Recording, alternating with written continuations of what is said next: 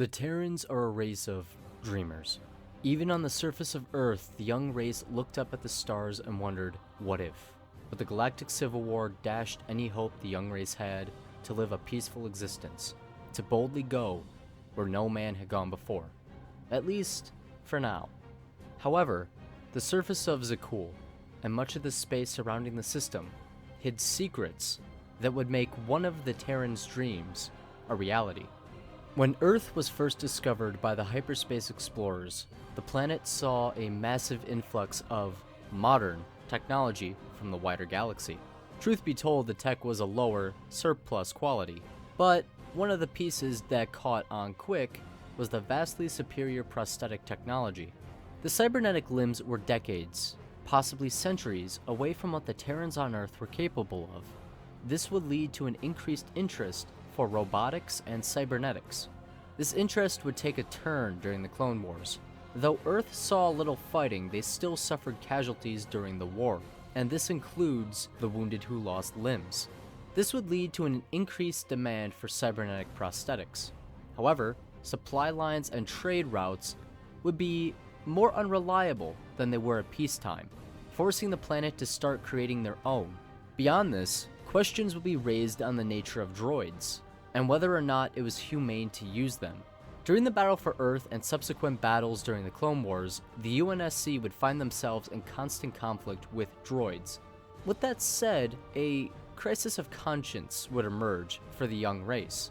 B1s had a penchant for calling out in fear when they were destroyed.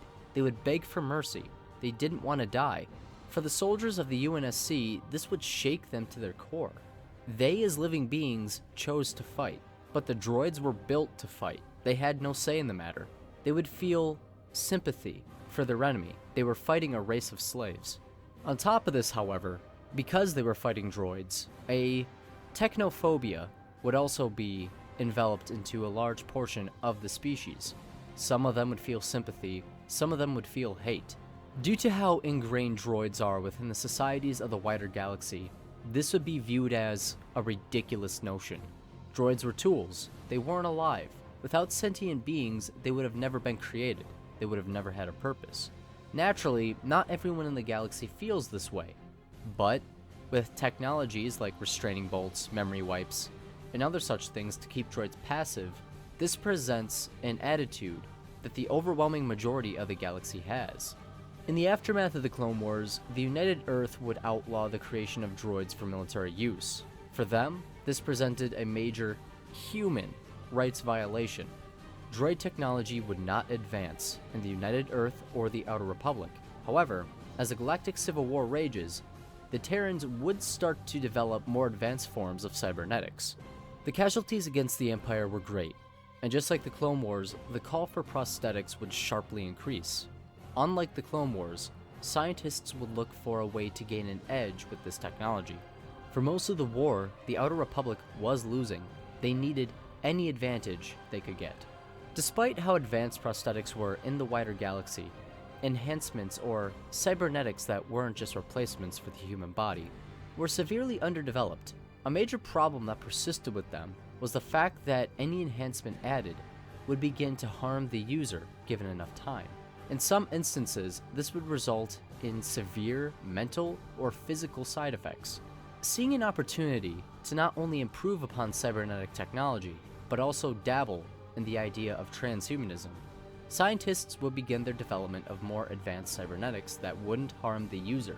After the destruction of Earth, and later the end of the Galactic Civil War, the Terrans, now on Zakul, would begin exploring their new home.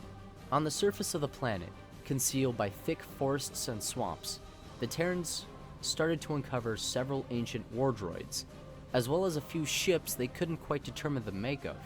Deep within these ships lied a singular droid, who must have acted as a captain or a commander of some sort. Despite being powered down and beyond repair, the AI, or brain, of the droid was still intact. It didn't have power, but it wasn't damaged.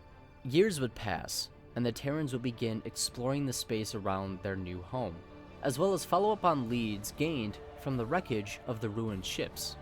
With aid from the memory cores of the droids the Terrans found on the ruined ships, they eventually found Iokath, a world that looked almost destroyed, but still had technology the Terrans would learn from.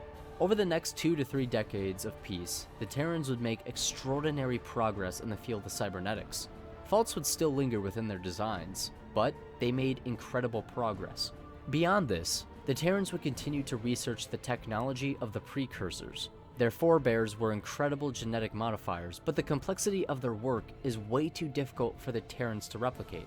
It will take centuries for them to understand all that the precursors could do.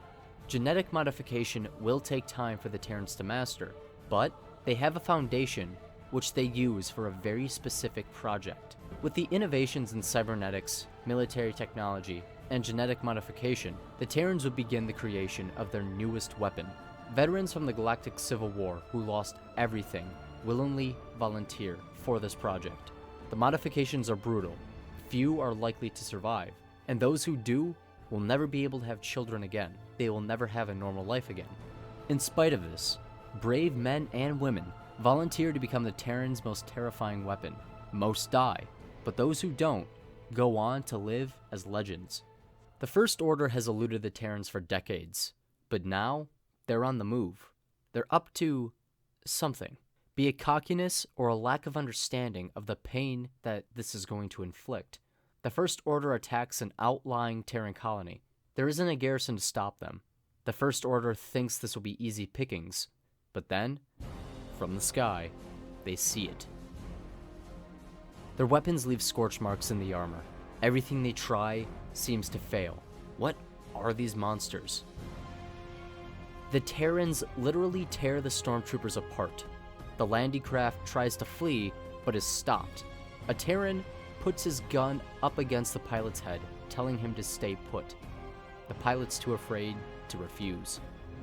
The other Terrans, carrying the mangled corpses of dead Imperials, drop them in the landing craft's passenger bay. One of the stormtrooper's arms rolls off his body. The Terran tells the pilot to take these soldiers back to his master. The pilot asks with fear in his voice, "What are you?" The Terran gives him a long glance and replies back simply, "A space marine."